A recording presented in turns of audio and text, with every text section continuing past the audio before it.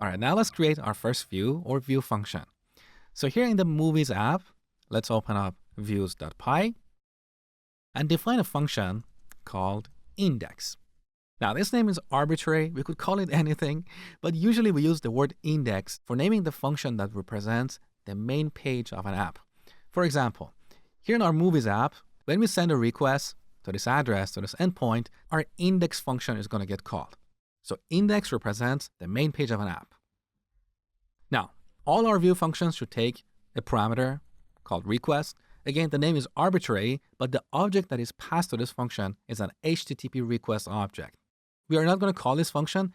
Django will take care of doing this. So when we send an HTTP request to an endpoint, Django will figure out, based on some configuration, what view function should be called. You're going to see that in a minute.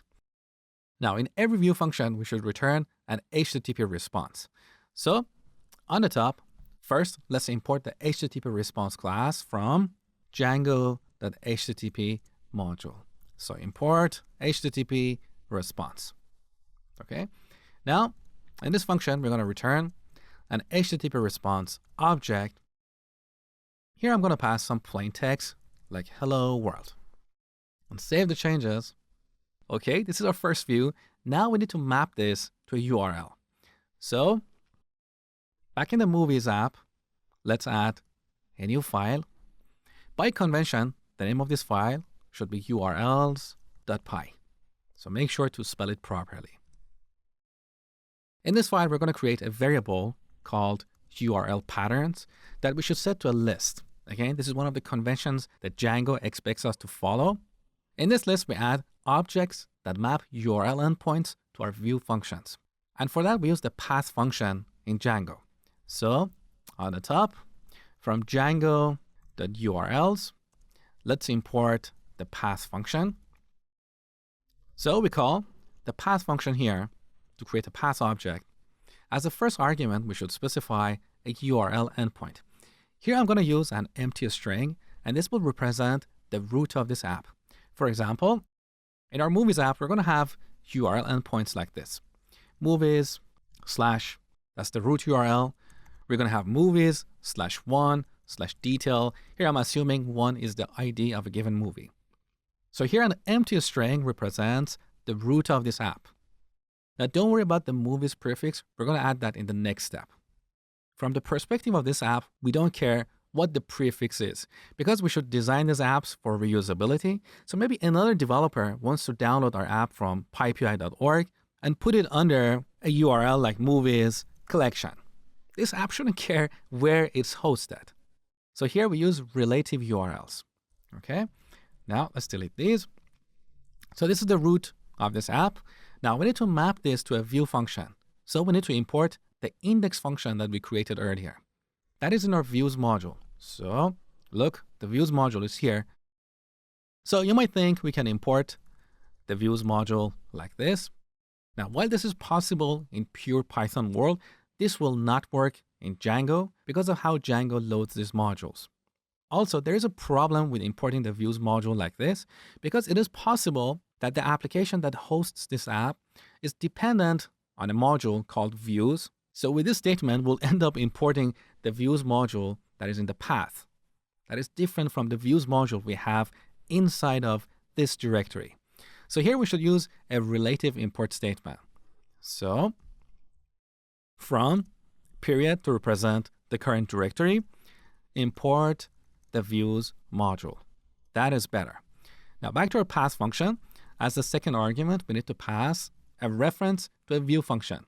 That is views.index. Note that I'm not calling this function. I'm simply passing a reference to it. At runtime, when a user sends an HTTP request to this endpoint, Django will take care of calling this function and give it an HTTP request object. Okay? Now, also as a best practice, we should name these URL endpoints. So here we pass a keyword argument, name, we set it to index. So save the changes. We define this variable URL patterns that contains one or more path objects that map URL endpoints to view functions. We refer to this as a URL configuration. So every app should have a URL configuration. So we're done with configuring URLs for this app, but our main app, the Vidl app, has no knowledge of the Movies app. So if we head over to localhost port 8000/movies, nothing is going to happen. Our Django application is not aware of that. So we have to go to the main app, that is Vidly. See, once again here we have urls.py that defines the URL configuration for our main app. So see here we have URL patterns. By convention, Django looks for this variable when starting our Django project. So make sure to spell this variable exactly as you see here. Now, here in this module, we have a path that maps anything that starts with admin to admin.site.urls. So every Django project comes with an administrative panel. That is a separate, independent app on its own. We're going to look at that in the future. So here in this list, we need to add a new path object. We're going to tell our Vidly app that any path that starts with movies should be handed off to the URL configuration in the Movies app. So here on line 17, from Django.urls, we should import another function that is called include.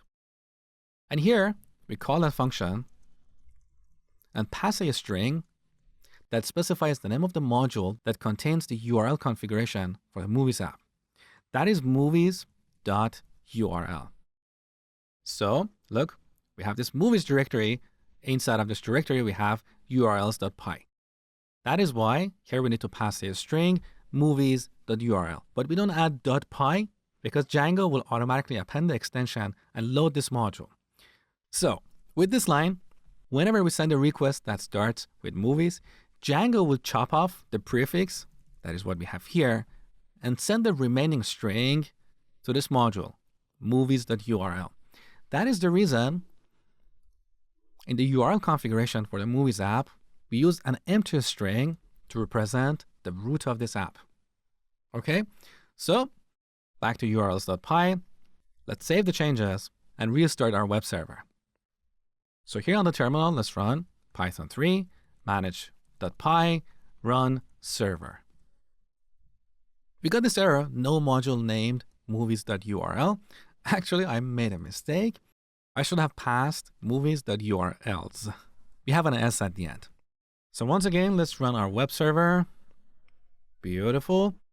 Now, if you head over to the homepage of our website, you're going to see a page not found error. Don't worry about that. We're going to fix that shortly. But if you head over to /movies, you're going to see the hello world message. And this verifies that we successfully mapped a URL endpoint to a view function.